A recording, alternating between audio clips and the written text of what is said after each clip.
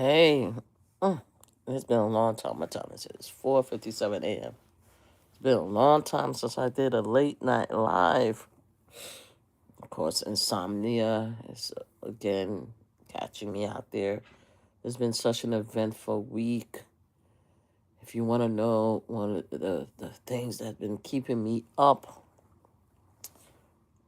since Monday, please go check out Flip and the story, what happened on the pod. Then you'll know why am I behind.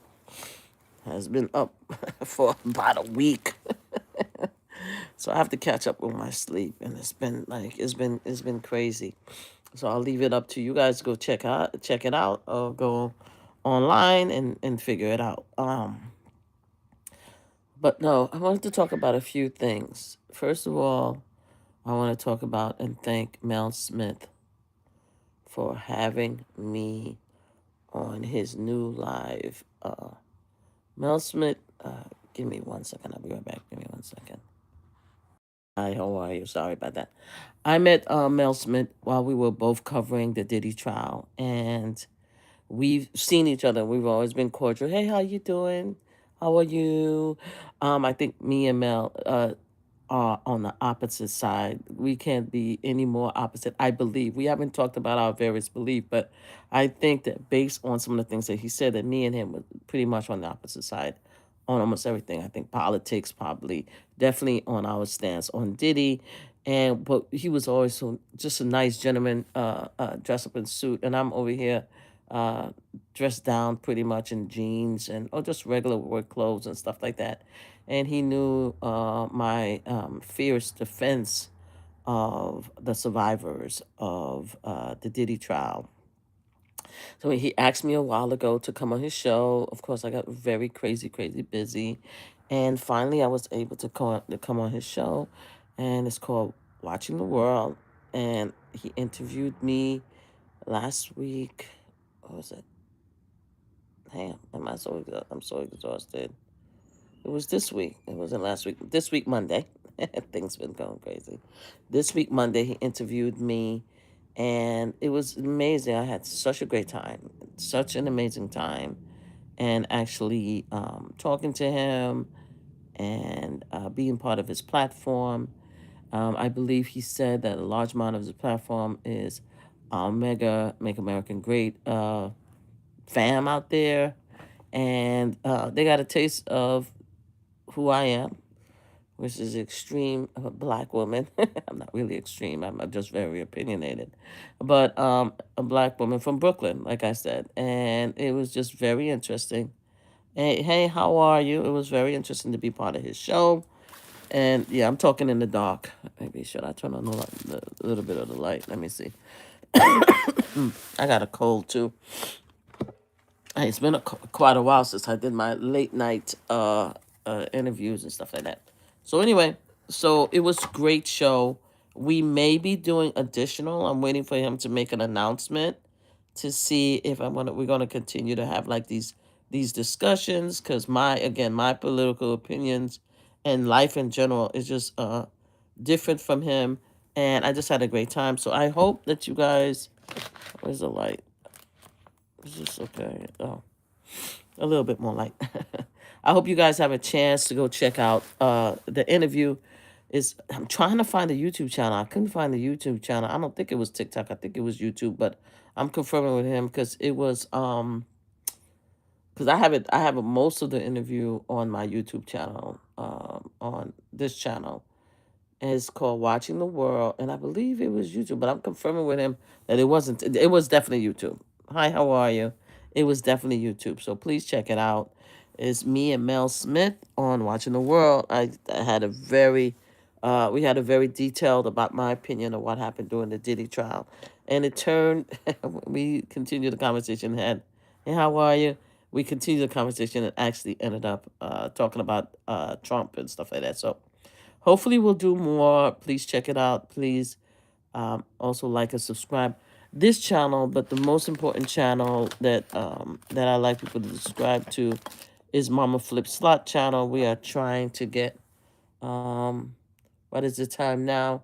It is 5 a.m. here. How are you? It's 5 a.m. here in my time. I'm trying to get everybody to really join Mama Flip Slot channel, where my mom and I, we play slots. We're trying to get the channel over 10,000 subscribers. That will help me on that channel. It'll also eventually help me on this channel. But because of promises I made, I can't talk about my political stance and take on the Mama Flip Slots. But you could see me more often, I guess, or talk to me live about opinions and stuff like that on the slot channel. At least I probably won't get too much detail, but at least I'll be able to answer questions. And I'm more live on the slot channel than I am here. But so yeah, so please join Mama Flip Slot channel, and that's MAMASFLIP slots. And please help us get over 10,000 subscribers. So anyway, it's been a long time since I did my lives about news. I'm going to try to do more. I've just been so extremely busy. But here we go. Several things has been going on. Several things has been going on. It's going Google for Cocoa Puffs. All right, so let's start with Trump. So DT, as I like to call him, signed the bill to allow DOJ to release the Epstein files.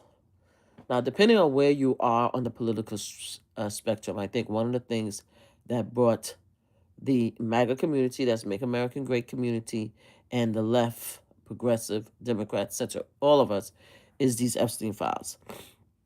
I've said it several times, and I said it even on the show with Watching the World, and I said it several times. If it wasn't for the Make American Great community, these files wouldn't have been a thing. I don't care what anybody said. And I'm not Make America Great. I am a Democrat, hardcore Democrat for many years, and I have a lot of issues with DT. So it's not even a support of him at all. But if it wasn't for the Make America Great community, that Epstein file would not have been a thing. They're the one that pushed for the Epstein files. They're the one that made sure that all their GOP, everybody that was coming in, the representative, FBI, DOJ, everybody that was supposed to lead any uh, um, agency under DT, right, had to get answer the questions. Are you guys going to release the Epstein file? Obviously, they did a hokey doke. A lot of the leadership, DOJ, FBI, all of them did the hokey doke and was like, oh, there's nothing there on the files. No, no, no, we're not, we already released the grand jury. They were just doing a lot of dancing. Donald Trump tried to get his base to stop asking about it. He's like, it's done. Why we continue asking? If you are asking and you're not loyal, then he started calling his base, which is Make American Great fam, and everybody else idiots and stupid. Anybody that's loyal, he used those words. I'm not using those words. He used the word. Please use the Google machine. Anything I'm saying, it's been seen on social media.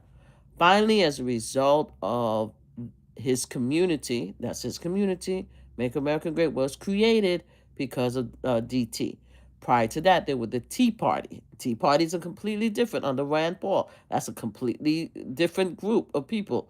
That we got rid of them because they were extreme, just for it to manifest into a more extreme Make America Great. But I said no hate on MAGA.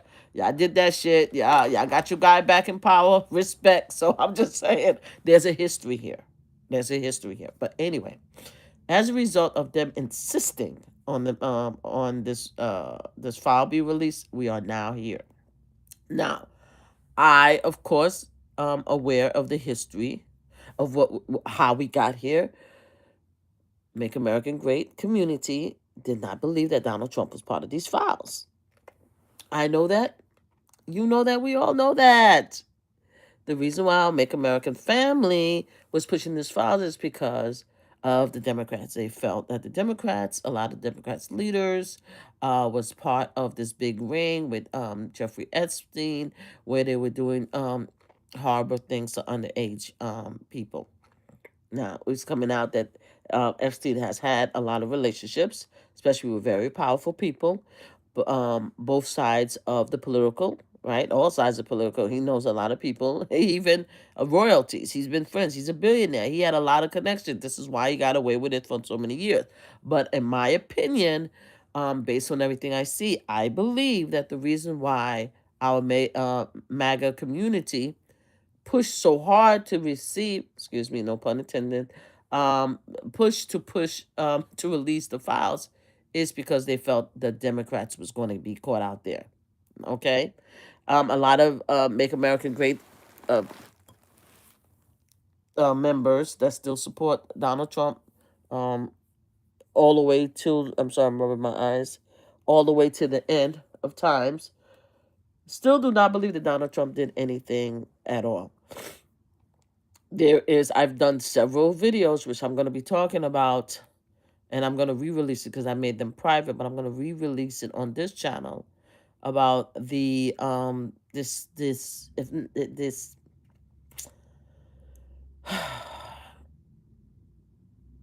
insane, I would say insane,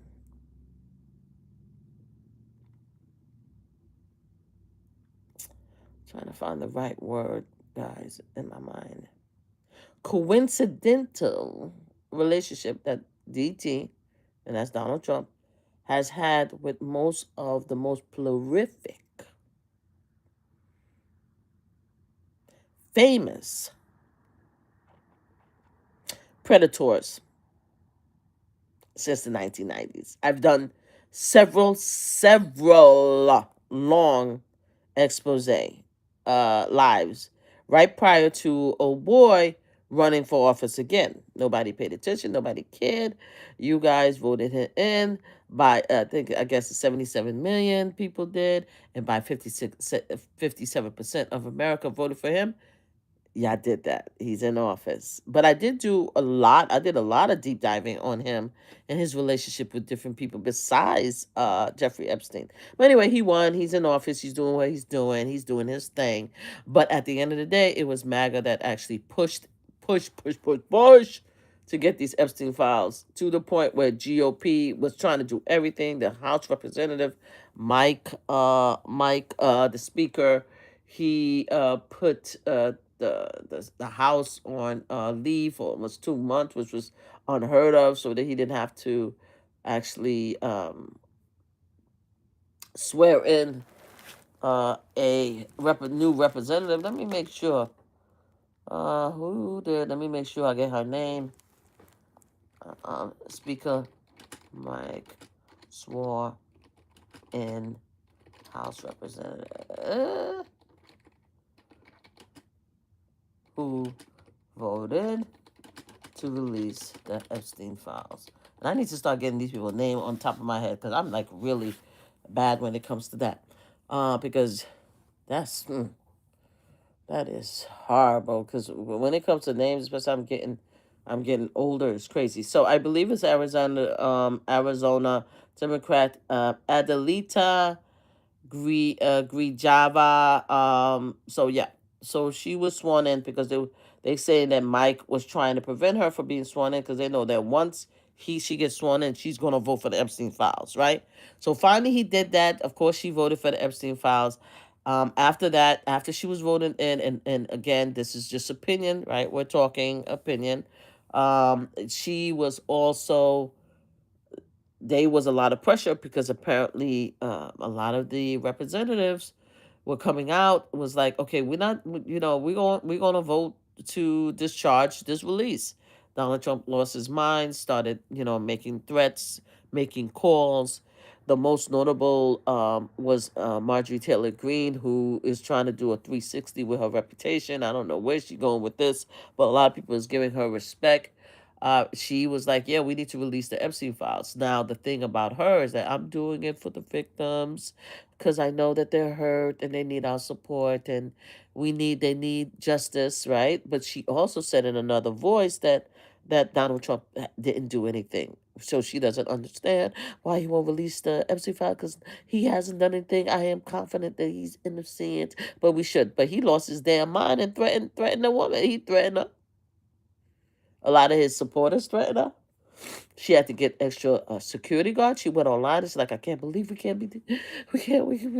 shouldn't be living in a country where we could get threatened like this and we fear our lives and stuff like that. Now, this girl has done A 180. I'm waiting for her to go back to 360, go back to who we know she is. But she's doing a 180 right now.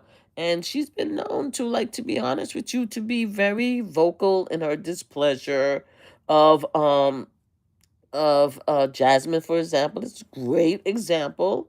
And other people in that is part of the Democratic Party that serves with her in Congress, in which they were in turn threatened too as a result of actions. But we're not going there. We're just going to be in world in this area. We're being here in this particular time. So now she understands, as she said, she did come out and say, I understand now how it feels to be threatened by the most powerful person in the world and to be in fear of my life. So she had to do that. So DT did all of that. For months, he's been ignoring questions. He's been calling people out of their name. You're a coward, you're lying, you're traitors, you continued Epstein, Epstein, Epstein. He's been saying that, but finally, give me 1 second, guys. Where is this thing? Hold on 1 second. Finally, he got the message. Give me 1 second, guys. I'm just going to put the camera because my sinuses is bothering me in the wee hour of the morning. And I want to make sure I take care, without it being in camera. Because I keep rubbing my nose. So anyway, guys. So finally, he just saw the writing on the walls. He saw the writing on the walls. He saw the House of Representatives was like, no, we voting for it. We're gonna let it be because we're getting a lot of pressure. Because they're not getting pressure from the Dems. Like, even if they were getting pressure from the Democrats, they don't care.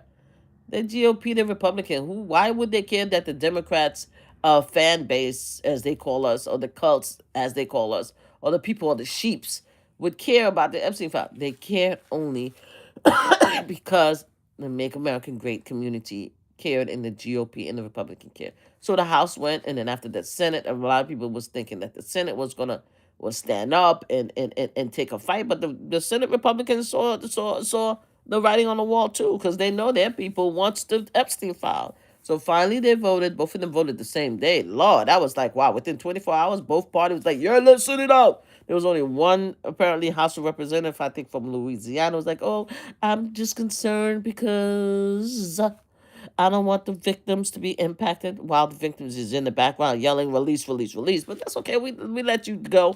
You're gonna live. This is probably gonna go down in history as his worst decision by him not making it 100% with the House of Representatives. We're gonna let it go. So anyway, so after they all voted to release it, they sent the bill to Donald Trump, and I personally thought that Trump was gonna be bold ass enough not to sign it. To be honest with you, I thought the Donald Trump was gonna be like, hell no, I'm on veto. But Donald Trump also saw the writing well, and he knew that it was going to be a catastrophe, especially he knew, again, and I'm going to continue saying because people don't want to listen, so listen to me.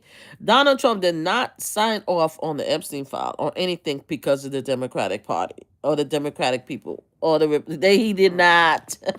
The only reason why he signed off on it is because he know his people is going to have a fit, because they already made it perfectly clear that we're not going to let this go. You need to come on and sign this bill so we can find out what the hell is going on with Epstein. So he signed, so we are here now today. Congratulations to the Make America Great community. You guys did that. I think you guys did it because you guys want to tear down the Democratic Party. I hear y'all. Good luck with that. But the thing is, it's done. We are here. We're finally going to release. Now, one of the biggest things that's now being discussed is that a lot of people, including some of the GOP and the Republicans, I don't know if it's mega, because I'm beginning, to come to the position that there is a little mega and a lot of mega. So the little mega to me, because y'all all megas, no disrespect, and I'm not saying it in a derogatory way, I'm just saying an observation. To me, the little mega is the regular Republicans. I call you little mega because y'all support DT. Y'all help put him in office, but y'all don't believe everything he does is the Holy Bible. You understand what I'm saying? And there's the lot of mega. You understand what I'm saying? So sometimes I will call the little mega GOP Republicans to differentiate, but y'all all the same to me, which is fine, because you guys did that. That's what y'all did. Y'all voted this man in. God bless y'all. We here. Let's go. So anyway, I think that the Democrats and some of the little mega and the people that's just right there that voted for him and we consider it are like, hey, we think that the reason why they're ready to release it is because they were able to remove his name from all these files. But we're gonna find out if it's true. Because at the end of the day, let me tell you something about removing files. It's not easy to remove people completely from these files, from these emails, as a lot of people are beginning to find out. So let's say that they remove or refuse to submit some evidence in which DT name is on it in the Epstein files. There's Epstein family's gonna come out and talk about it. They are. His brother, I think his brother Mark and stuff like that, may be one of the ones that's really trying to change the family name, because it's not easy to be infamous because your brother or your sibling or your uncle and your whatever, your relative is the most prolific predator, evil predator in the world. Like, your name now goes down as one of the most hated name in history.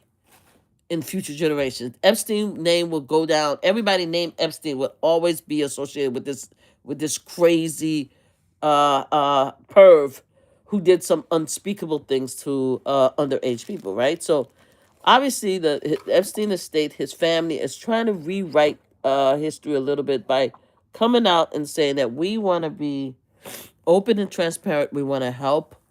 I don't even know if they say they want to help the victim, but they want to be known as following the law, following all requirements. So whatever they have, they handing it over. So if the DOJ do have some documentation, right, that they try to withhold or is not exact, then the family's just gonna come out and be like, well, that's not how what we see. This is the email, because that's what. Because let me tell you something. Congress ain't stupid, They're going to, first of all, they better hire the most expert IT personnel that could go through all of these emails, programs, all these documentation to make a connection. This is how they were able to do such a great job, even though a lot of people didn't like it, on the January 6th. Okay, this is probably better. Hey guys, how you doing? This is why they were able to do such a great job with the January 6th. And a lot of people wasn't there. They were able to make so much connections because they had people that helped with the investigation. They had cameras, they had emails, they had live, they have a bunch of stuff to create the story. They had expert witnesses. That's why we found out the whole story about January 6th. Obviously, DOJ, if a lot of people will remember, DOJ deleted the police officers and the security. I don't know if I should say DOJ, but a lot of the people that was supporters of DT in the first administration during the blah blah blah la la la la la la la la. I wonder if they ever went back. Is it the FBI? Was it the FBI? But a lot of Secret Service. A lot of the Secret Service people that was part of DT camp, they deleted a lot of emails and a lot of evidence from January 6th. They deleted a lot of stuff. They deleted a lot of stuff, but they still was able to find the truth. Because so you can't scrub completely what happens. That's not, we live in social media world. We live in IT world. You can't scrub. So at the end of the day, even if DOJ or FBI would try to remove everything, any reference of DT, which is Trump, from the Epstein life, is not going to be completely believable. We already have enough pictures. We already see old boy having a good time with Buddy. And, that was his friend. That was his boy. So we're going to see how far it goes and stuff like that. There is a story about Bubba. We know about the Bubba story. We don't know who Bubba is, but that was a lot of salaciousness. I can't even. I mean, they talking about Bubba is former President Clinton. I can't even go. I don't even want to even go there. That's insane to me, because I would be very upset if I think that Clinton would, because Clinton is partial, to because we already know, what happened with Clinton back in the days. But I would think that Clinton would have, preferences. I just don't think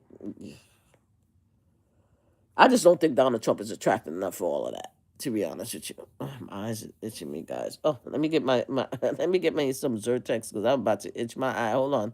Wait, I just don't think that Donald Trump should have been this. If that was the case, there were a lot more good-looking men back then. Woo! Anyway, I'm gonna let it go because I don't know if the Bubba story, Mark, which is Epstein, a brother, I believe, said that that story was wrong. That's not really what happened. We don't know, but it was salacious enough to get the headlines. I was shocked. I'm like, what? And they also said that Bubba is not Clinton, Bubba is somebody else. But either way, it's a lie. We don't know. Because Epstein, one thing that we're learning, Epstein was an evil pet, but apparently Epstein wasn't lying about a lot of things. He was not a liar about a lot of things. He lied. He wasn't a liar. He even admitted under oath some of the things that he did. So we don't know, but we are to find out. But at the end of the day, I don't think that whatever was removed by the current administration to protect DT is going to stay hidden forever. But at the end of the day, he signed the bill. We're going to get something, and we're going to see what happened. I think DOJ is going to prolong it as late as possible. They're talking about the eastern New York is doing their own investigation, so they're going to probably try to hold whatever they have for as long as possible to the very last minute. I think they're probably going to try to hold it for until the end of this man's administration. And if he runs again, or his administration run again, or his people run again, they're going to try to delay. But I think the MAGA community is going to continue to push for these files until we hear the truth. Now, I did a live on TikTok yesterday, I think it was yesterday. Yeah, yesterday night I did TikTok, and a lot of people was like, "Oh, the Democrats already are resigning," and I was like, "Wait a minute, I didn't see the Democrats resigning because I didn't hear it. I didn't hear any Dems, the representatives resigning, but I think they were talking about Larry Summers. So apparently, Larry Summers has resigned for his position of Open AI. I don't know what the hell Open AI is. It's probably an organization that's dealing with the pushing of I'm guessing of artificial intelligence. I have my own feeling of us pushing artificial intelligence at this time. I am of the 80s where I saw the Terminator. So I've always been skeptical as far as being so willing to actually have AI. I'm part of the old school. I am not Gen Z, so I'm just gonna leave it there. So he is part of an organization called Open AI, and he resigned from that position. He said he was going to take the time and lead. Yep, that's what it is. AI is an American artificial intelligence organization headquartered in San Francisco. Its aim is to develop safe and beneficial artificial general intelligence. Well, y'all here, go ahead, keep playing around with AI. Y'all better take some time, especially your Gen Z people, and go look at Terminator, the whole series of Terminator. Stop playing with me. Anyway, I'm not ready for the artificial intelligence yet. I still have a lot of qualms. Again, I'm from the 80s, 90s, and I saw a lot of movies that had to do what could happen with allowing artificial intelligence to run the world. But again, it could just be all fake, and I could be just worried about anything. So anyway, so he's part of an organization called Open AI. He stepped down from that, and he also was the president, and now he was the president of Harvard, but then he stepped down because apparently he was a very controversial president. They called him a bully. He called women, he said that women wasn't intelligent enough to teach science. I think that's what he said. Hold on, let me go down here because I'm reading about this guy. So this guy was completely an a-hole any which way. Apparently, he felt that women was not intelligent for intelligent. He said intrinsic aptitude for science and engineering. So in 2005, he decided he's going to make a speech in the National Bureau of Economic Research, and he said that women might lack in intrinsic aptitude for science and engineering, saying that women are not smart enough. It was a black woman that helped propel the space the first rocket that went to space. I'm just letting you know it was a series of black women who were ingenious. There is just go look at it, go look it up. So women do have intrinsic aptitude for science and engineering, sir. But as a result of that and his attitude, he and apparently he got into a fight with a public intellectual Cornell West. I believe Cornell West is the black Republican. I believe it's Cornell Republican. I always thought that Cornell also was arrogant as far as a lot of things that he had to say, as far as the community. If I know him, if I remember a lot of things he said. But anyway, yeah, he's an American philosopher with the big afro and stuff like that. He is much respected, but there's something about him. Oh, he's independent. So no, I'm sorry. He is left wing politics. But there was something about him that pissed me off a long time ago, and I can't remember exactly what it was. It's probably have to do with some of his comments about the center Democrats. Anyway, he's much respected. Got arrested. Oh yeah, he's with Jill Stein and all of them. Okay, that's why he's like far left progressive. Yeah. So yeah, that's why. That's anyway. So he probably pissed. It seemed like he pissed off also Cornell West. As a result of that, they got into it. He had to step away. He had to resign as president of Harvard, right? But months later, they made him the university president, professor, which is the highest faculty rank, which is an honor that's extended.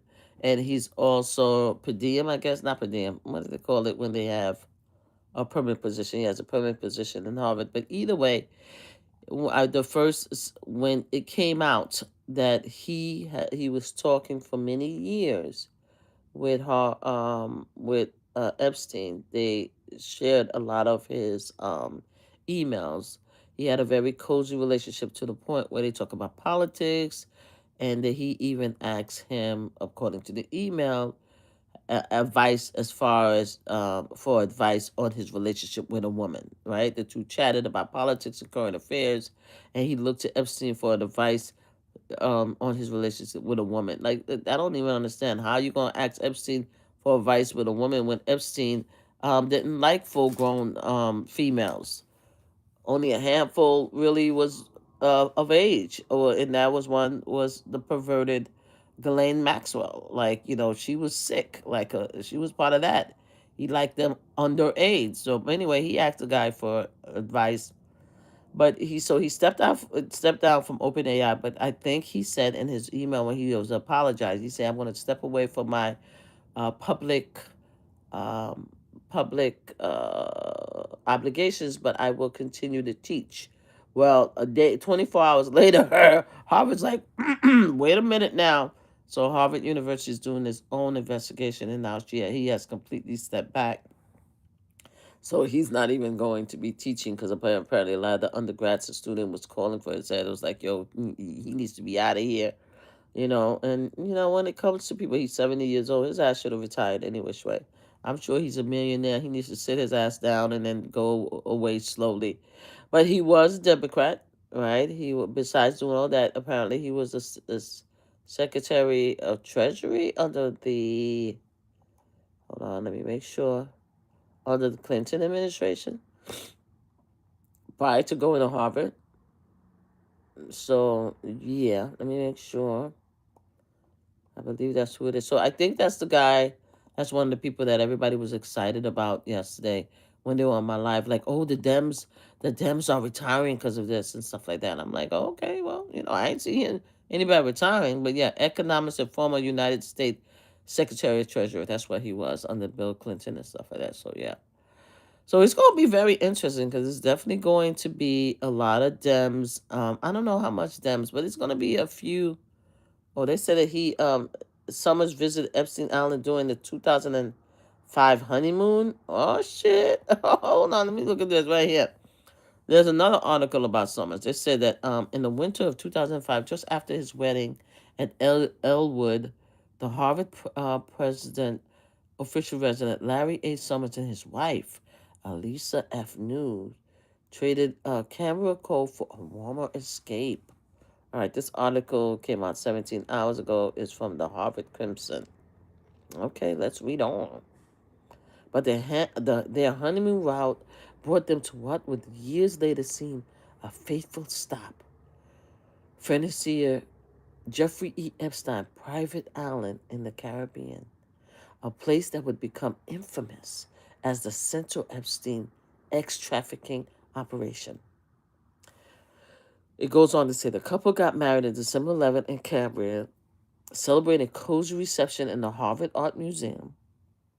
10 days later, on December 21st, they boarded Epstein plane in Bedford, Massachusetts, according to publicly available flight logs, bound for Charlotte Amalie St. Thomas, the standard jumping off point for reaching Epstein private island by helicopter.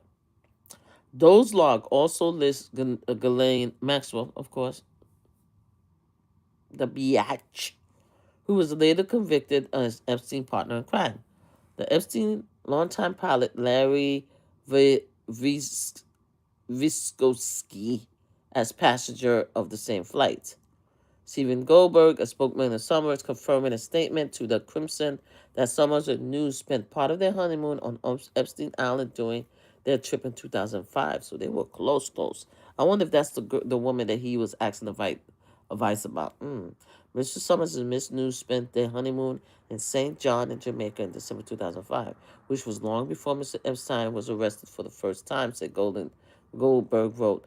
As part of the trip, they made a brief visit of less than a day to Mr. Epstein Island. Oh, I got no damn sure what that motherfucker was doing. Excuse me, we talked 2005. I know what he was doing. I wonder where Miss New is now. They gonna go after Miss New, boy. Because if Miss New has not retired, she's still alive. She's the next one to drop. Let's see, Elise F. New. Let's see where she is in the world. Give me 1 second, guys. Let me see. Girl, your life is about to be turned around if you ain't retired sitting pretty with your grandchildren. So she's an American economic author that hosts PBS series Poetry in America. That's what they're saying she is. Girl, they already talked about his wife, the people. Ah, shit. People.com already talking about her. Who is Larry Summers' wife? All about Lisa New. Girl, let's read the tea. Recently released email between Larry Summers and Jeffrey Epstein showed that the former Harvard president sought money from the... He sought money too? Lord, everybody was looking for money for that boy. Oh, my God. Not only was he your buddy, but you sought money. What? It's saying here on the people. Let's go to people.com. It's saying that he actually sought money from Jeffrey for his wife Poetry Foundation. Girl, please tell me you're retired.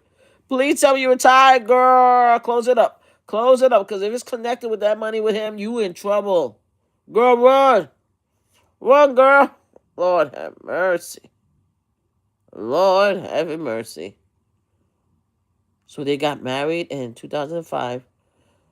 They talk about how he stepped back from his public commitment, revealed that he sought money for the Poetry Foundation. So they said new detail are resurfacing about Larry Summers' relationship with the late Jeffrey Epstein, including a favor Summers requested in support of his wife's work. The former Treasury Secretary and Harvard president met his wife, Harvard professor. Oh, shit, she's a Harvard professor. Please tell me you retired. Elise knew through a colleague at the university. During a February 2021 conversation with the Harvard Independent, News shared that she and Summers are very different, saying Larry is an extrovert and I'm an introvert. He likes sports and competition, I do not. Are you still married to him? We are, in many ways, a dramatic illustration of how opposites attract. She said before going on to explain how they found common ground. Larry and I are both really passionate about the work we do. We both work long hours and have big goals, and we support each other in those things. Are you still married? I'm sorry, I'm not even trying to Google if they still married. Is that his wife or former wife? Hold on, let me see. Is that his wife? Yep, they still married. Girl. Oh, Lord, hopefully you retire, girl. Your foundation about to be shut down, girl. I know we don't have cancel culture anymore, but when the MAGA want to cancel, because the Democrats don't have a cancel culture anymore, because you guys don't agree cancel is right for anything except for the Epstein file. Lord have mercy, girl, you're about to lose everything. Anyway, so recently, the pair made headlines up. They still married when Summers announced on November 17 that he was stepping back from his public commitment following the release of email between him and Epstein, which revealed that the former university president has sought romantic advice from the convicted ex offender over the years, per the New York Times. According to the outlet, the email also revealed that Summers had sought money from the disgraced financier for a poetry foundation led by New. People reached out to New for further comment. Okay, so she has not commented. So she was born in Philly. Okay, she studied in Brandeis and Columbia University. Okay, she received a bachelor's in yeah. We don't want all that. We don't want all that. She has a master's in English. 1999. News is already writing poetry. Oh, I hope that she wasn't. I wonder if she was part of that project that I was part of. Let me read on to see if she was part of that project. I was in awe, thought, of course, added, got my ambition, pursue a kind of impact for him. She's a professor and a poet, so she is a professor and a poet. According to Brenda's site, New has held a lot of professional titles over the years, a co-director of the Center of Public Humanitarian Arizona State University. Girl. Powell M. Kabat, professor of American literature. Oh, God. New is also the host and director of PBS Poetry in America television series that is dedicated to making poetry accessible on screen to all kinds, from public television to streaming platforms to classroom online. So, girl, you ain't gonna resign. You're not gonna step away. In addition to advocate for more poetry around the world, which is a good thing. It's not a bad thing to advocate. She has published several books of her own, including Jacob Kane. Okay, so it looks like she is of our Jewish persuasion. Um, She was introduced by him by a friend. Okay. News told the outlet that she bumped into Lance, who told her she would find Summers funny. And okay, that's how they went. With some word of encouragement, Lance Rigoff News sent Summers an email to ask him out. Oh, so she asked Summers out. Okay, all right. So she went after that man, not the opposite. They got married in 2005. They had the ceremony. We talked about that. And then they spent one day in Epstein Island. Someone sought money for Epstein to support News Poetry Foundation. In May 2023, the Wall Street Journal reported that Summers previously sought $1 million from Epstein to fund an online poetry project that his wife was development. I need a small scale philanthropy advice. My life would be better if I raised $1 million for Lisa, Summers said in an email to Epstein in April 2014, referring to news per the outlet. Mostly it will go to make it a PBS series and for teaching training ideas. So the money was for the PBS series that she's on now? According to the outlet, a not-for-profit linked to Epstein donated $110,000 to the new non-for-profit. Damn. Which developed video content about poetry in 2016, according to the tax record. Oh my God. The exchange between Summers and Epstein led to outrage among campus, and one professor telling the Harvard cruiser that their cozy friendship on display in the emails, which spanned from 2013 to 2019, the year Epstein unalived, is disgusting and disgraceful. More emails between the two surfaced in November 2025, including some in which Summers sought romantic advice from Epstein. In response, Summers announced on November 7th that he would step back from public engagement, though continue to teach in Harvard. That's what I said. But now they're saying that because of the Harvard investigation, now he's completely out. He said, I am deeply ashamed of my action and recognize the pain they have caused. I take full responsibility for my misguided decision to continue communicating with Mr. Epstein. Boy, you know he was a pervert. You didn't care. While I continue to fulfill my teaching obligation, I will be stepping back from public commitment as part of my broader effort to rebuild trust and repair relationship with people closest to me. Boy, stop. Anyway, so now besides the AI open, he has now stepped aside. So far we have one casualties from the Democratic Party.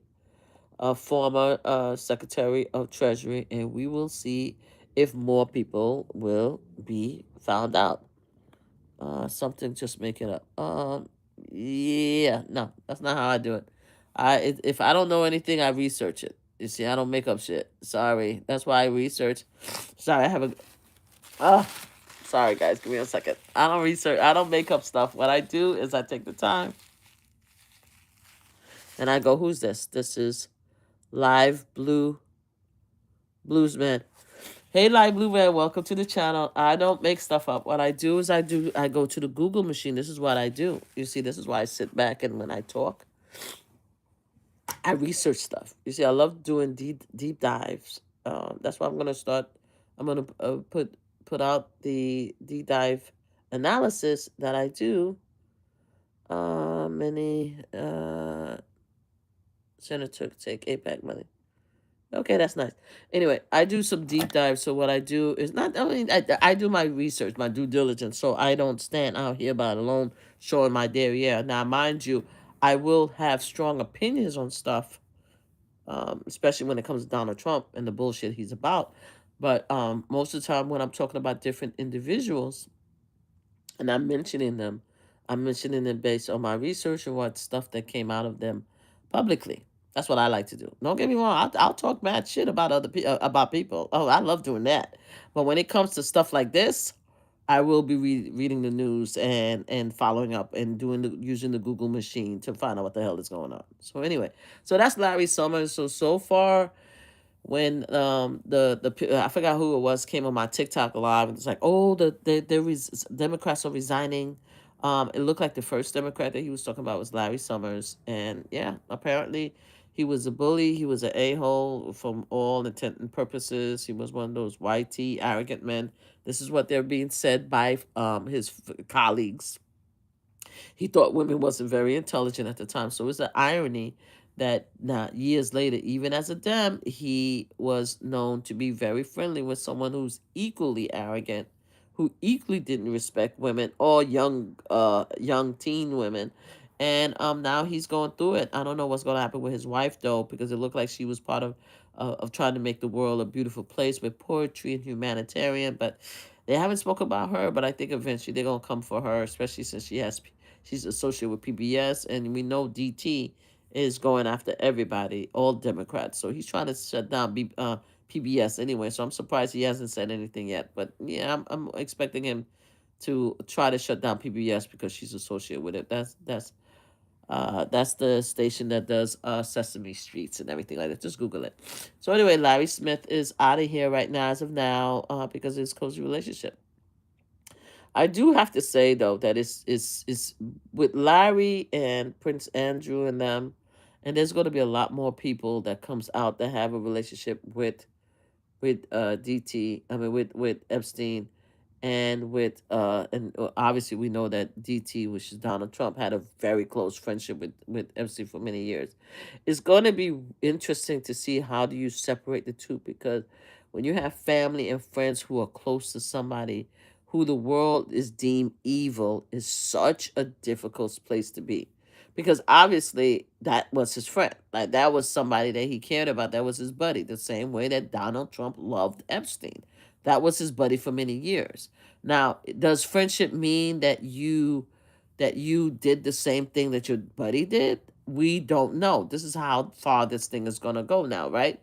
Who do we give grace to? Do we give grace to the families? All right, because he has a whole family. He has a brother. The brother has a family, has children, nieces, nephew, I'm sure, wife and stuff like that. Do we give grace to the family because he was the brother of such a prolific, evil predator? Do we give grace to the friends that saw him as a guy that was like a buddy, that would lend them money and that would support them and give them advice and stuff like that? Do we give them grace for even having a friendship with this guy? Should everybody had turned their back on Jeffrey Epstein when they found out that he was an evil son of a bitch? This is what we need to find out. This is what we're going to be going through. You understand what I'm saying? Because you do have family members. We all have family members that have done horrible, rotten things. Like, it could be a distant cousin, it could be an auntie, an uncle, a mother, a lot of us. I mean, if we don't have like one person in the family that has been controversial, has done evil things, have ended up a problem with the law, then we are lucky. We are lucky. We should call ourselves lucky, but a lot of us have had family members that's gone through a lot of rotten things. So we had best friends who had family members, and we know these people. We sat down with people. We ate with these people. We grew up with these people. So it's very complicated situation right now. That how are we going to separate like people who actually generally love Jeffrey Epstein, who wasn't involved in his salacious activities, his horrible, ridiculous, mean, evil activities, with the people who actually was part of it. So it's gonna be difficult. Either way, I'm one of the people, and I think a lot of them are one of the people that's like, if let's find out who was part of his life. Like, how far did it go? Did you go on the island? Are you part of the predators that actually participate in his actions, or is it like Diddy? Because you have most of Hollywood's went to Diddy's parties. But there's two part of the parties, right? There were the parties in the Hampton during the daytime, the white parties, the parties of Black Excellent, and after everybody, there was the freak offs. So it's the same thing. But anyway, the objective of this is to find out everybody who was involved, right, with Jeffrey Epstein, and see what part they play. Now,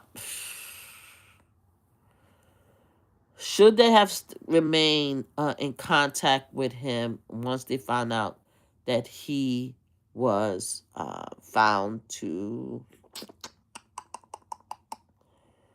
guilty of prostitution with an underage person? Because I think he only agreed to plead guilty to one act when it's been hundreds. Should they have? Because you know what your friend do. You know what your friend do. You know what your friend is about. So everybody should have cut him off at the time. He was a billionaire. Apparently, he was very generous to his friends and his loved ones. So would they have actually cut ties with him? No. Would they have known years later that all his emails would come out? He got away with it. They only allowed they gave him they allowed him to plead guilty to one count. Also, not only that, he spent time in jail, what, a year or so. Of course, it wasn't really jail. He had work release and stuff. It was some bullshit thing, but they probably felt that he did his time and that's it. Even if he continued, they're never going to go after him again. And they probably also thought that he's not stupid enough to continue doing that once he found himself guilty. But of course, the son of a bitch was doing it while he was still in jail. He had girls coming to him on his work release. It was crazy. That was the most crazy things. They probably didn't think the ladies was going to continue to pursue justice because, to be honest with you, a lot of these powerful people, and that's what it is. When you're rich and powerful, you don't have the same respect for everybody like normal people. They probably thought that these young underage people deserved it because they went there willingly. They weren't forced most of the time. They came back and they were being paid. They probably, a lot of them thought that these young people couldn't even wasn't adult enough to make any rational decision, because anybody who's a kid, you're still a child. No matter what, you're still a child. Of course, Meghan Kelly seemed to disagree. She think that if you're 15 and older, you can be a predator bait. She think that these girls, when they're 15, they know better. She only gave grace to the 8 and under. In fact, she said 15, but if you said it, it's not like they 8 years old. That means that anybody under 8, so anybody above 8 years old, you think it's okay? So that's Meghan Kelly. She said it. Go Google it. She said it. But anyway, people like Meghan Kelly, even the women and the men of the bigger society, they actually blame these women when they were kids for getting involved with Epstein. Not that they had these two evil predators, Ghislaine Maxwell and Jeffrey Epstein, actually going to these communities where these kids were impoverished, hungry, looking for a better life. They smoothed them. They found the most vulnerable people and took advantage. They don't see that. They just see, a lot of people see that these girls were willing participant, and they were close to age, and it was allowed for this man to do this. He paid for it. That's how a lot of them think. So of course a lot of them will stay in contact with him, especially if he is giving them money and helping them with their various projects. And apparently from everything that we hear, that he was very generous.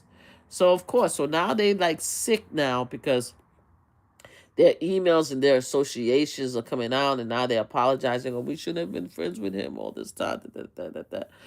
But it's just such a complicated situation because, again, a lot of us have friends and family members that have done things in our lives. And how do you react to it? How do you do it? How do you cut off somebody who, in one way, is have done some really horrible, evil things, but to you, they've been good and generous friends? It's a crazy dilemma that we are in. But at the end of the day, we finally got the Epstein file. We finally got DT to sign off to release it. We're going to find out who was involved with him, how was they involved with Jeffrey Epstein, and then we're going to decide what we're going to do, whether it's political or regular folks or billionaire, hopefully banks. Hopefully we're going to find out the truth, and we can put this part of it to rest. I don't think we're going to find out too much of what DT has done. I think they're going to try to hold off as much as possible while he's sitting here. I don't know if we will find out the truth about how bad it goes with DT until, in my lifetime. Probably the future generation will be looking at it and say, this motherfucker was crazy. But we'll see. We'll see. So that's where it is. So congratulations on Meghan again for pushing this initiative to get the Epstein file released. We are here. Okay, we're at the beginning because we still, DOJ has to actually release the file, but at least you guys got him this far. Congratulations. Congratulations, Meghan. I'm proud of you guys. So let's go to Dave. So we know Dave, D4vd. That's the singer. The singer Dave is now being considered a suspect in the unalivement of young Chelsea, which was a underage 14-year-old girl that was in a lot of videos with him. He tried to hide her, right? And now he's being a suspect to her unalivement, right? A lot of us, it's like, duh, like, what the hell you guys are talking about? A lot of people felt that this fool, this evil mofo, because he's saying about unaliving, on the video, he had a video where he shows that he unalived somebody, and the person on the video looked like his former girlfriend, and a lot of people say that's his former girlfriend. They had a Discord chats. They had a lot of people that was part of the chat that saw it, and her name is Chelsea Rivera's. God rest her soul. Now they saying today or yesterday that the Los Angeles Police Department has now labeled him a suspect. It was released by TMZ. TMZ does all this dramatic, like, he's now a suspect stuff. So apparently they said they were influential in helping the police department identify the fingertip of the body that was found as being Chelsea, because her mother said that she had a special, like, tattoo, and they connected the police to the mom, and the mom said that's how they identified that was her. So now he's a suspect because, according to TMZ, they were able to identify that he went to a restricted area for hours. That's according to this. So I'm just repeating what TMZ said. His name is David Anthony Burks, but he goes by singer David with a D4vd. But a lot of us is like, yeah, based on what we saw, yeah, he did it. Like, I know it's not recommended for people to say yes, he's a suspect before the police get there, but then I don't think it's very surprising for us to be here and say a duh. Like back in my day, we used to say a duh. I forgot what the kids. I don't know what the Gen Z say. We're like, yeah, like, Is this supposed to be a big surprise that he's now suspect? When many people who was part of his Discord, his social media, is pointing and waving and say, "Okay, look at this video, look at that video, look at what he said. Don't make sure you delete this video, guys. I don't want her to be on my camera." What about the fact that a lot of people said that she was last seen at his house, that she disappeared on on Valentine's Day, right before? What about him singing about unaliving people? Like a lot of people's like, hello, hello, yes, he's a suspect. So now they're saying that the LAPD is finally going to identify him as a suspect. They have not said it publicly yet, but everybody's reporting it, and they're reporting it because of TMZ. So hopefully TMZ did not get it wrong and stuff like that. The investigators, okay, I see people is also coming out and saying that the investigators also believe that he had help in, unfortunately, sorry for saying this, dismembering and disposing of the teen's body. God rest her. You know, I'm so sorry that she was involved. Like, when you're young like that, you do fall for, you do get into these crazy, passionate, loving, when you feel that you're in love with somebody, it's very passionate. You'll do anything to be with them. I think that's what she did. Something happened. We don't know what happened, and she was unalive. They don't know the cause of her unalivement yet. It hasn't been reported. They just know that she was dismembered. Now, I personally thought, because at first I thought that if he didn't do it, because they say he was away, that the person who owned the house, which is supposed to be his manager, may have had something to do with it. That's what I thought. Because I'm like, yo, there's no way that a car that belonged to him was parked not too far with her body in there. It just didn't make sense to me. Like, you know what I mean?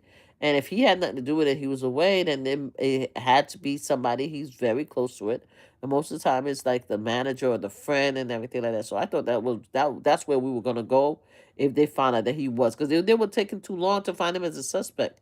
So I thought it was the, and I forgot. I don't want to name him, but the whoever his manager who owns the house that the car was near, I thought that was the person that probably was kind of involved and stuff like that. Because I watch all these different mystery stories, so I'm like, okay, so if he didn't do it, then maybe, because the guy that owned the house is an adult, maybe he was obsessed with her, and because he was her boyfriend manager, while he was away, he got her to come to the house. Something happened. She protested, "No, I love Dave," and he unalived her, and he couldn't deal with the fact that he did it, and he's the one that cut her up and hit her. So that's where my mind was going.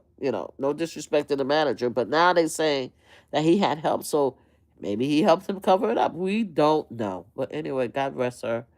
We're gonna find out if they make him a suspect and what evidence they have, and I'm sure all of us are gonna be covering it, especially the people that's been covering it for the longest time. I usually don't really cover stories unless somebody is found guilty. I mean, not found guilty, indicted. I try very hard. Instead of I have opinion pieces where I talk badly about Donald Trump and stuff like that. But besides him and Diddy and all those stuff like that, that I think they're predators. Most of the time, I don't talk about cases unless they are indicted. I don't know, but but this one looked like it might be headed that way, so that's where we have Dave. So again, resting to Chelsea, may she rest in peace. I hope that she gets the justice that she deserves, because nobody should be unalive. Nobody should unalive anybody else, period. And if they do, they should be caught. All right, so we have that. What else I wanted to talk about? Meghan Kelly and Milagro. You know that there's a case that's going on in Florida. I guess it's in Miami. I wish it was in New York, because if it was New York, I would have covered it. I would have been in that trial to listen to it. But unfortunately, it's in Miami. A lot of tea is coming out. I'm conflicted with this one, because I understand, as a person that's on social media, I became this no social media. I don't have a lot of following. I have very little following, by the way. Only 59 people. But I really want everybody to join Mama Flip Slot channel. We have over 5,000 subscribers. We're trying to get to 10,000. So please go to Mama Flip Slot channel and join us there to help us build our channel. But anyway, at the end of the day, I understand how it is to be a content creator and want to give your opinion on different subject matter. It seemed like Milagro goes according to her testimony. She doesn't believe that Meghan is telling the truth. She thinks that she's a liar, and that Meghan that she doesn't believe that Tory shot her.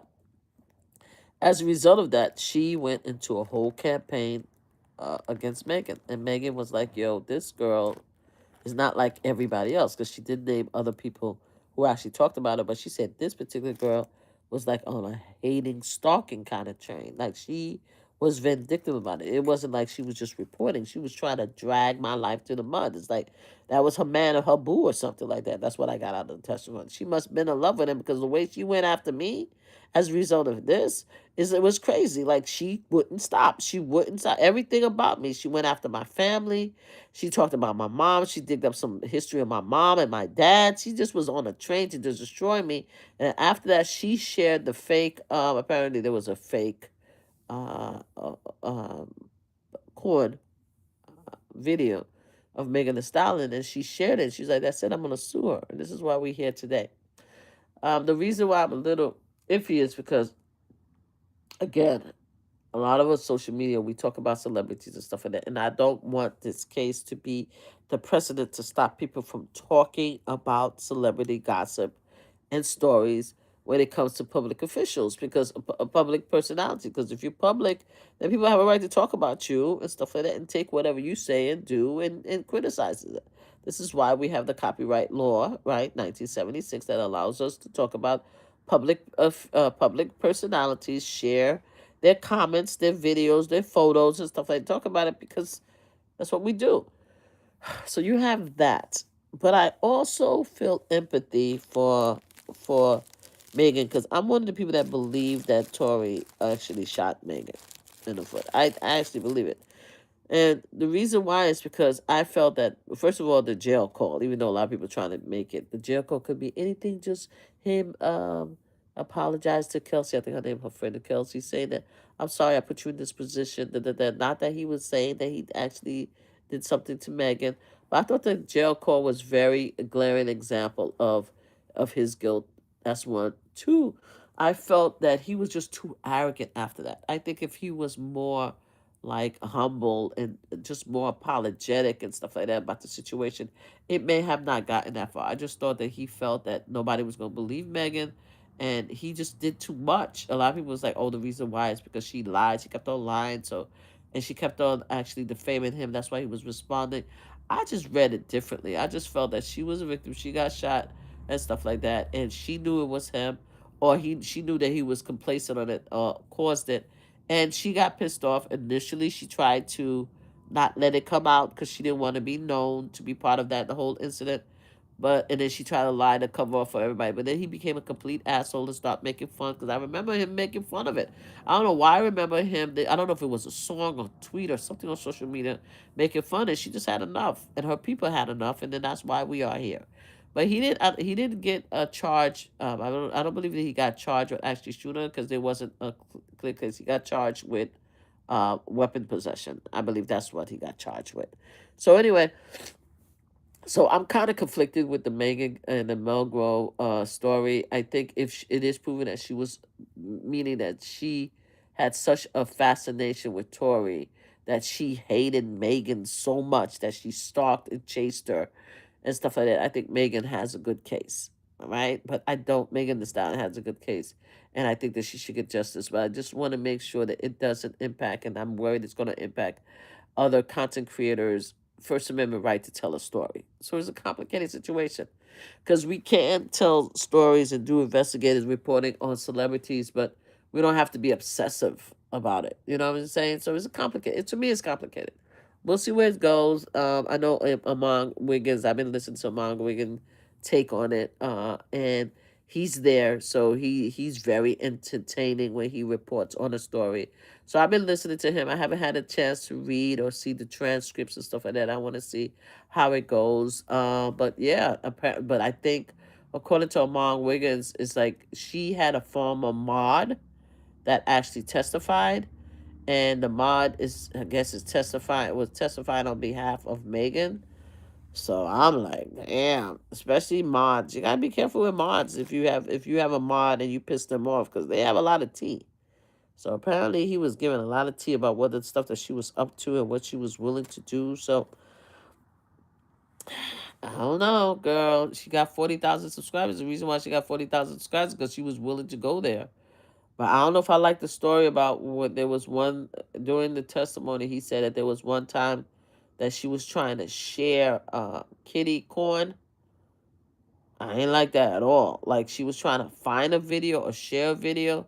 I guess she was trying to do an expose. I don't know what she was doing, but yeah, things like that I don't like. So she's not very ethical, right? But then, a lot of people out there in the community that's trying to tell a story or trying to get those numbers or those views are not particularly ethical. The job is to get the story, to get the viral moments, and then to be, be somebody influential in this arena of gossiping, telling gossip stories and talking about officials and public personalities. So we'll see which way the cases go. Again, I believe that Megan Thee Stallion did get shot by Tory, or he was heavily involved in the shooting. So I do believe that incident did happen, and I believe that based on his action afterwards, that he proved that he was guilty, and I believe that his arrogance put him in jail right now, right? And he's still arrogant. Father's arrogant. Everybody's arrogant. But then, again, it goes back to if you have somebody that you love that does bad things, are you just going to dump them or are you going to continue to support them? So that's where the family is. So I really believe that Megan was right all along, and then he did that to her. So with that, because I'm a survivor advocate, I am partial to her, and this is why I look at Milagro, especially I talk about and watching the world, the interview I did. I talk about the people in our black communities, especially the black women. We are the hardest on each other. And the black women in the community was hard on Megan Thee Stallion. Like, calling her liar, supporting Tory. It's the same with the Diddy trial. Like, we as a community, as black women, when we think somebody is talented or they have black excellence, we tend, especially when the male persuasion, we tend to give them more grace than the women. We do. And I said, I don't like that. Me, a survivor is a survivor is a survivor. I don't care if you're a good survivor, a good person survivor, bad person survivor, if you're a whole survivor, you're not a survivor. If you're a survivor, you're a survivor for me. Like, if somebody did something horrible to you and you're a survivor and you survived that, you're a survivor. Like, I don't have to like you as a person to identify you as a survivor. And the black community have a problem with that. Like, so that's why a lot of people hate Megan, think that she's lying. Mel Gross is one of them. She really thought that Tory Lane was innocent. She thinks that Megan lied because she caught up with her lying on Gail, saying that she never slept with her when she slept, and there was other things. They think that Megan is a hoe because she slept with a lot of people. So they wanna go against her, and as a result, they wanna believe that she is a liar and Tori is innocent, and Mel Gross is one of them. But with her, it seemed like she was so devoted to Tory Lane and hated Megan so much that she may have crossed the line of being just an ethical reporter or ethical reporter or opinionated. That's what it seemed like.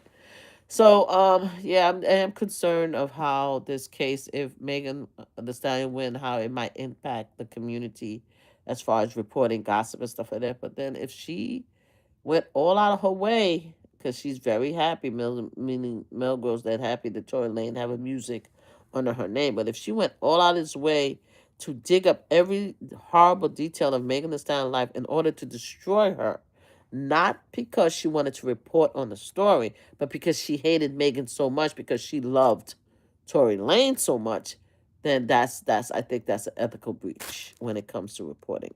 But that's just me. We'll see what happens. So that's where we are.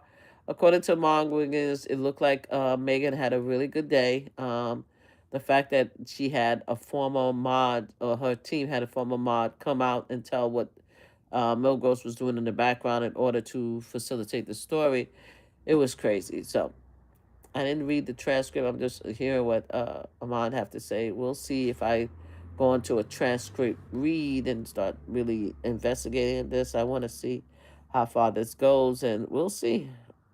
I don't know. Again, I think that Megan is a survivor, so my support is with her, and we'll see how it works out. So there's a lot of so I think what I did: Larry, David, Megan. I have 3 stories. I have the title, but Epstein, we did Donald Trump and Epstein. I just want to make sure I talk to everybody before I get to this story.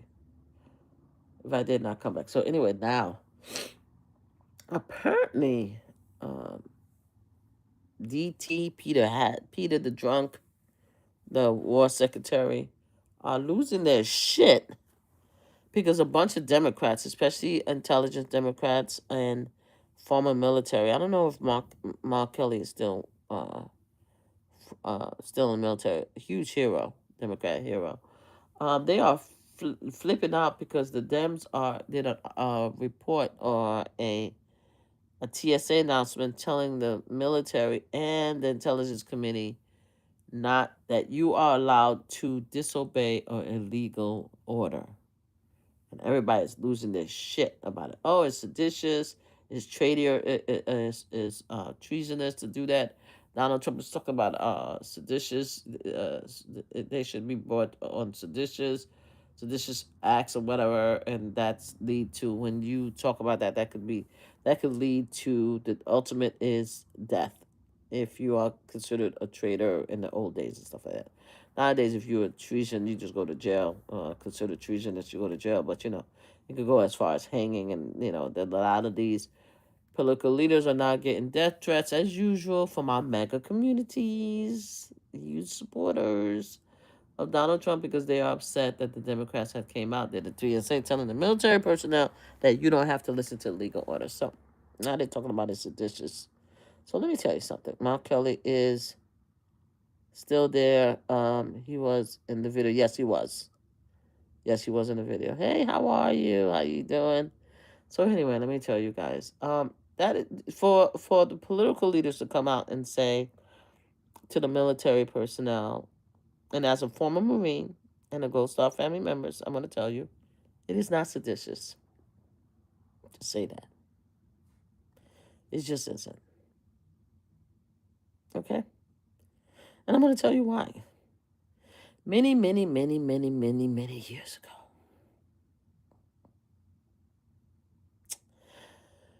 we had several extremely evil people in the world that caused some very horrible annihilation of millions of people. You could call any dictator. Any one of those dictators you could call. I'm not even going to name it. You could call any dictator in every country. From World War One, World War Two, any country, you had dictators, you had evil people who used the military to do atrocious things. Once it was found out that these people were evil dictators, that they were unalived, their leadership, who served them and did those evil things, was also brought on charges. A lot of them was unalived too, as a result of the illegal actions that they took in unaliving and hurting innocent people. But not all of them was taken out. Some of them explained what they did or how far they went. Some of them did get away with some of their actions by saying, I was following orders. But the ones that were following the orders to the extreme, they went to jail, they went to trial, and some of them was unalived. So that's what it's called, illegal orders. This is not the first time that soldiers throughout our history had to make decisions whether they're going to follow an illegal order.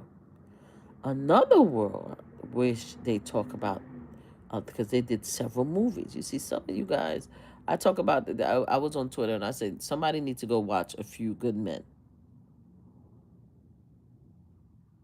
Tom Cruise Jack Nicholson. Sorry, go watch that movie. Maybe it'll help y'all guys understand. Because sometimes maybe the MAGA community, you guys, especially the young ones and old ones, maybe because I used to watch a lot of movies, and I know some of the movies are fiction. You know, a lot of them is based on some of them is based on past stories and stuff like that, but a lot of them are fiction. I know that, but some of them are based on true stories. So why don't you just spend some time to go watch A Few Good Men? That'll help you guys out. Because this hysteria that's going on because the Dem is telling military personnel do not follow a legal order.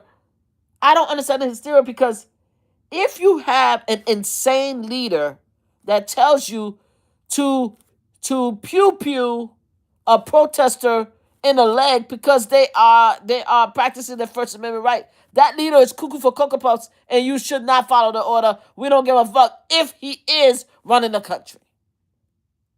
And as military personnel, we should know better to know what is a legal order and what is not. And we should be able to go to our officers and say, yo, I'm not doing that shit. Even as a Marine receptionist, I said no to direct order. I'm not doing that. You know how many of us get office hours because we're like, I'm not doing this bullshit. You know how many of us make that decision every day in the military that we're not, that's just one order too much that we're not doing? Or you have an officer, especially us women, who put us in a very uncomfortable situation in order to put us in a certain place where we know that what's going to pop off? You guys are acting like you know. Man, when I saw the whole uproar on Twitter about these Democratic saying that you do not need to follow illegal orders, I thought you guys must not be in part of the military. And I don't even want to hear fellow military personnel talking about no bullshit like, oh my God, clutching your pearls. If you were a real Marine, Air Force, Army, Navy, y'all know exactly what I'm talking about when they talk about illegal orders. Y'all know damn well some of the things y'all said no to. Y'all know damn well not as evil as unaliving somebody, but even simple orders. Especially us women military, you know what? You know how many SAs, inappropriate comments, inappropriate positions that a lot of us were put in, and we're like, hell no, we're not doing that. No, we're not doing that. No. Take me shit.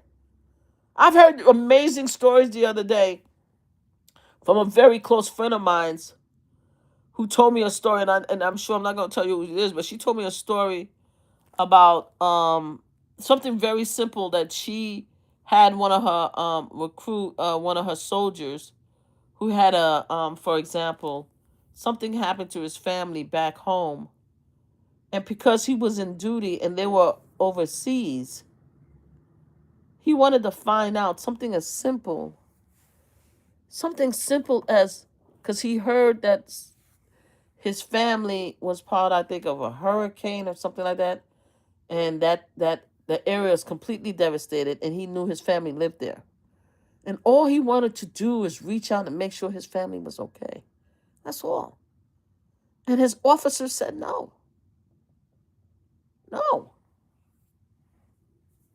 So he came to her, and she took him to the Red Cross to get that information. She defied a direct order. She was brought up on office hours. They held up her position because she was supposed to get promoted for a year because of that one decision. That's a humanitarian decision. Your soldier needed to find out what happened to his family during a time of crisis, and because your officers are ball busters, because that's what we used to call them back in the days, are assholes, and they were on a power trip, they said no. And sometimes you have to make certain decisions for the betterment of your soldiers, for the betterment of your platoon. And that's just a very simple thing to do. What if it's something that somebody's standing there And and I knew it was the war, the Vietnam War. What is that movie? Non-fiction movie about the Vietnam War. Because I saw it. I saw it years ago. Oh, that movie killed me. What was that movie? You guys need to start seeing some of these movies. Vietnam War. We have a couple in Vietnam War, but that's not the one. I think it was it the one with Fox. Is it Fox? What is considered the best Vietnam movie nonfiction? Platoon. Yeah, the movie is Platoon. Is it Platoon? Go look at Platoon for me.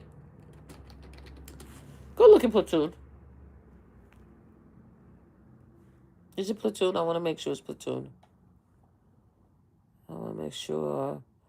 The usually likely answer of 1996 Platoon was based on Olive Stone's own experience as a veteran in the Vietnam War, therefore can be considered nonfiction in the portrayal of the war. While the story is fictional, the film is widely exclaimed for its authenticity and realism, making it a powerful nonfiction-like account of the war.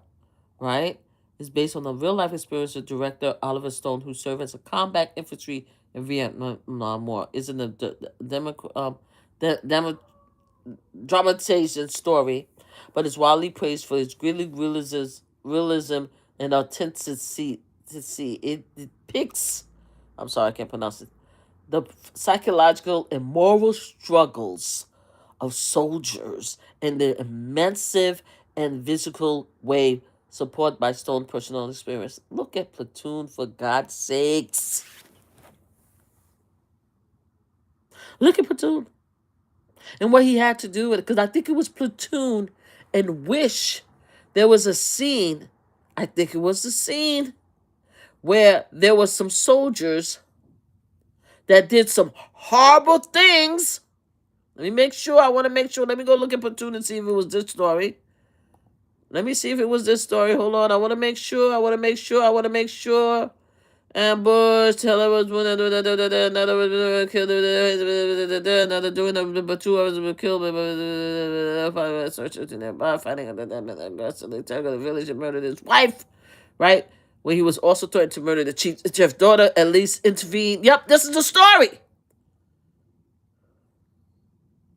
During another patrol, 2 soldiers was unalive with a booby trap, and Manny is abducted by unseen assailant who staged the corpse. The platoon find the body and search a nearby village, finding a supply cache. Burns aggressively interrogate the village chief and unalive his wife in view of villagers. When he also threatened to unalive the chief's daughter, Elise intervened and assault Burns.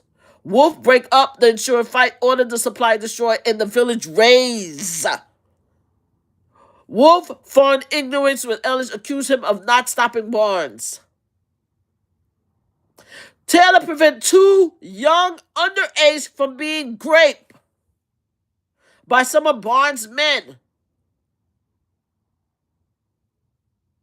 But he was unable to prevent Bunny from murdering a villager. Do you see what I'm saying? Company Commander Captain Harris threatened to court-martial anyone found to have illegally unalive civilian. That's the commanding officer. Good call.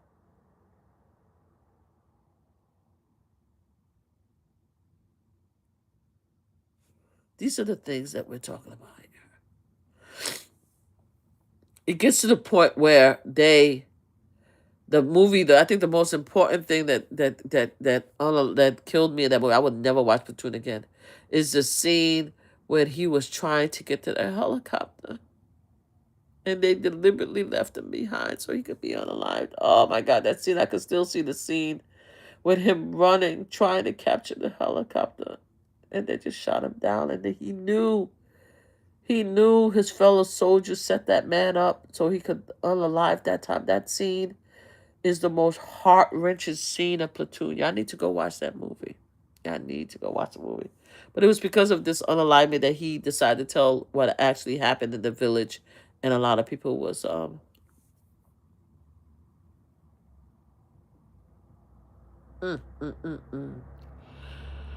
Uh,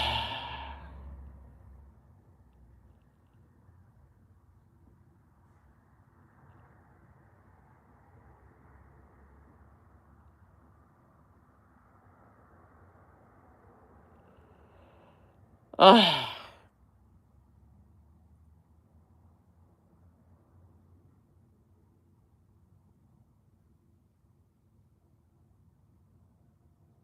it was a horrible story, man.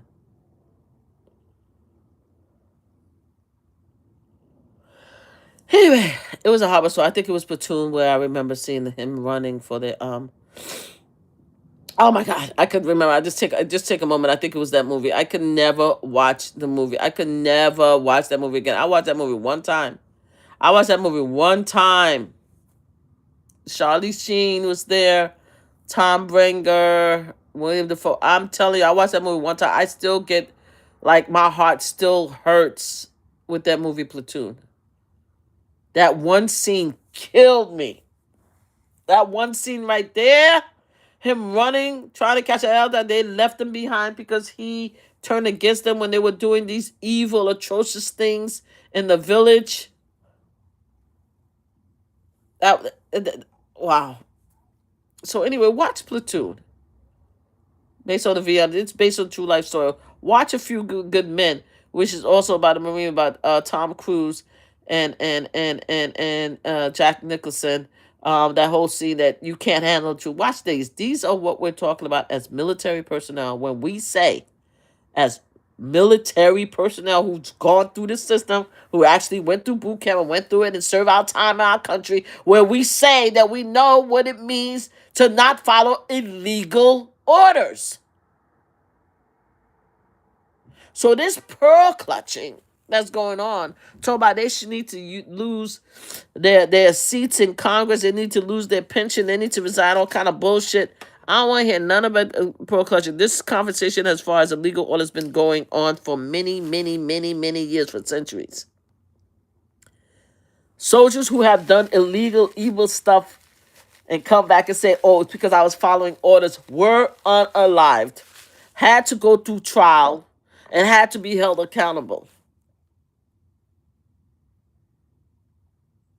So there's nothing wrong with what those Democrats said. Even if GOP had come out and said something like, "There's nothing wrong with it." You cannot follow illegal orders. It's part of all of our trainings. We know this. We were trained about what is legal and not legal. It's part of our training. So I don't want to hear it. So anyway, a lot of people is clutching pearls because prominent Democrats is telling soldiers and FBI agents and Secret Service, whatever, that you don't have to follow legal training. Make sure that you go. If you feel that something is illegal, go up your command, let it be known, and stuff like that. But you don't have to follow it. And they're saying that the reason why they didn't just come out and say it, they said that people are reaching out and saying, "Okay, I'm feeling uncomfortable with some of these commands." Now, the major commands that they're feeling uncomfortable with is the fact that they are being ordered to go to these various cities to work with these police officers, and a lot of them, and these ICE agents, I'm sure, a lot of them who have an agenda and who wants to support the DT agenda as far as getting rid of illegal immigrants and such. But they are also picking up American citizens, and the way they're picking them up is not very gentle and kind and genteel. They're dragging people out of their car, knocking them down, dragging them from their homes. They're doing a lot of stuff that they're not comfortable with, that they personally feel that is against the Constitution. So they're reaching out and be like, "Hey, there's a lot of bullshit that's happening. If I follow these orders, what is my liability?" And that's what they're saying. They're getting these information. So they're coming out and they're saying, "Look, there's some illegal order. You think some stuff, illegal shit is happening. Say something, don't do it. Say something. If you see something, say something." That's what we say in New York. You understand what I'm saying? So this pearl clutching is bullshit. So anyway, there was a lot of people that was upset and irate, but I didn't see anything that the Democrats said or any of the political leaders. And I think if the GOP came out and said the same thing under the Democratic presidency, you guys wouldn't be clutching your pearls. And anybody who does anything illegal under this administration and start taking out American citizens in the streets because you feel that you have the authority, y'all gonna learn. Y'all gonna learn. Because right now, things change. The political landscape changes. Whether DT is here now and y'all vote him again for another 4 years, this man is not a vampire. He's going to transition out of here. I don't think Vance is going to be the next one because he has a brown wife. I said it. And a lot of the uber mega, mid mega to far right mega don't like the fact that his wife is brown and that she's not a Christian, that I believe she's a Muslim. They don't like that. So unless he divorces his brown wife or get her to convert or get himself an uber conservative, or maybe they don't have no choice, I don't think he's going to be the next one. But that's just my opinion. I could be proven wrong. Y'all voted for Donald Trump, so who am I? I could be wrong. Vance could be it. I just don't see it. They're talking about Eric. Eric is coming in. Maybe they put Eric in. That's another 4 to 8 years. And maybe by the time he finished, then they put a special Byron. And Byron is special. No disrespect, but he is. Y'all look at his history. His mom been protecting him. Y'all better go look into that little boy history, what he was doing when he was a kid, when he had a nanny. We'll talk to those housekeepers and stuff like that have in New York. We know what's going on with Byron here in New York. We heard the stories, but y'all might want special Byron to run too. And he might get another 2 years. But it doesn't matter how many years the DT or the GOP take over this country. At the end of the day, the landscape is going to change again. And all the damage and all the wrongs that they have done is going to be reversed. And unless you unalive by the time that reverse comes, they're going to come after you. They're going to come after your family. They're going to come after your money. And if you've done anything illegal, you're going to serve time. And you're going to have to serve time until the next time when you get pardoned. If that's what you want to do, that's what you want to do. That's up to you. Everybody have their choices in the real world. You know what I'm saying? But getting crazy and calling for seditious of what these Democratic politicians did is bullshit. We all know in the military, no matter how much of a MAGA you are, no matter how much you love DT, and you will go down to the end of the world, we all know we were trained about what is considered illegal activities in the military. For example, just like in the platoon and other movies, if you're commanding officer going to a village and they tell you to, because even terrorizing or interrogation, not even terrorizing,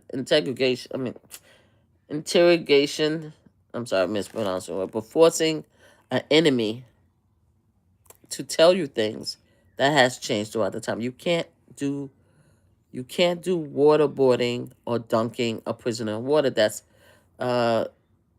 Geneva Convention. There's been laws that changed throughout time. At one time, it was allowed, but you have the Geneva Convention in the art of the war and peace, right? That we train that certain things is not done. So that means that your commander say, hey, go waterboard this prisoner. That's illegal. And if you found doing it afterwards, then both you and your commanding officer are going to be charged and put in jail. What are we talking about? It makes me crazy. I'm sorry. It makes crazy when people like start clutching their pearls and stuff. Like, we all know that you can't do illegal stuff in the military. You can't. And if a command is illegal, then you need to be able to step up and say no. You have to go through the ranks and the chain of command. And if you have to lose your position as a soldier and go outside and put a lawsuit and hire a lawyer, we know as military personnel, we do not follow legal orders. Period. I don't care. We're not robots. We're not robots. So anyway, that's what happened. So let me just calm down because I get really I get really indignant when people treat soldiers like if they're fools. You know what I'm saying? So anyway, so that's where we are right now. I think I spoke about everything I wanted to speak about today. Um, of course, insomnia had me up, so I'm talking. I want to see if I can get a quick 15 to 20 minutes shut eye because I have to get up early, go to work, early-ish to go to work. I thank you guys for being here. So we talk about the Epstein. We talk about Larry Summers, Democrats. A Democrat got the Epstein file got a Dem, and I'm sure the MAGAs is happy. We'll see who else falls. I should mention that the MAGA communities is going up in an uproar because apparently Hillary and Bill Clinton has declined to come and testify in front of the Congress and stuff like that. Of course, we don't want to talk about how all of the Republican GOP congressmen that was involved in the January 6th refused the subpoena to testify about January 6th. We don't want to talk about that. Let's leave that aside. Anyway, they're having a field day with that. So we'll see who else get into some situation as far as their association with Epstein, because we know Prince Andrew, Fergie, got taken out. They out of their position. Now you have this Larry Summers. We see who else. A lot of people looking forward to it. I just want to find out what DT was doing because I can't wait to see what that was about. So we have that. We talked about Chelsea David and Chelsea. Rest in peace, Chelsea. David May now is considered suspect, but he hasn't been publicly done. Talking about the Dems. We talked about Meghan Kelly and Milagro. And I think I covered everything I want to talk about today. So you guys have a great day. Thank you for those who stopped by. Who's watching. Thank you for that one like that I got. Eventually, I'm going to, people are going to start coming and listening to me, whether you guys agree with me or not. I'm going to eventually get people to start listening to my opinions. But thank you for being here. Thank you for stopping by. Again, please like our slot channel, Mama Flip slot channel. We're going to be playing slots this weekend. Thanksgiving, we're going to be playing slot the whole weekend. Hopefully, we get something huge. We do have some great wins that I haven't posted. I've been so busy. I only posted one, but we've had some really good wins this year. So I'm going to find the others, and I'm going to post those, and I'm also going to find the excruciating losses. Like, there was one that almost made me cry. They were so ridiculous. So please join Mama Flip slot channel and stuff like that. I am beginning to really enjoy actually having conversations with the MAGA community and stuff like that, because I think you guys are a trip. I'm beginning to be more open to the insanity of the political world and just listen out more.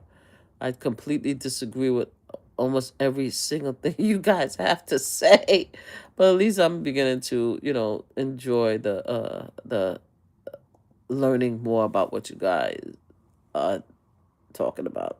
I guess that's the best way to say it. But anyway, thank you for being here. Please like, subscribe, and share this channel. But really, really, really, please go into our Mama Flip Slot channel and give us a like. We are really trying to get over 10,000 subscribers. And you're going to have fun watching us spend my money.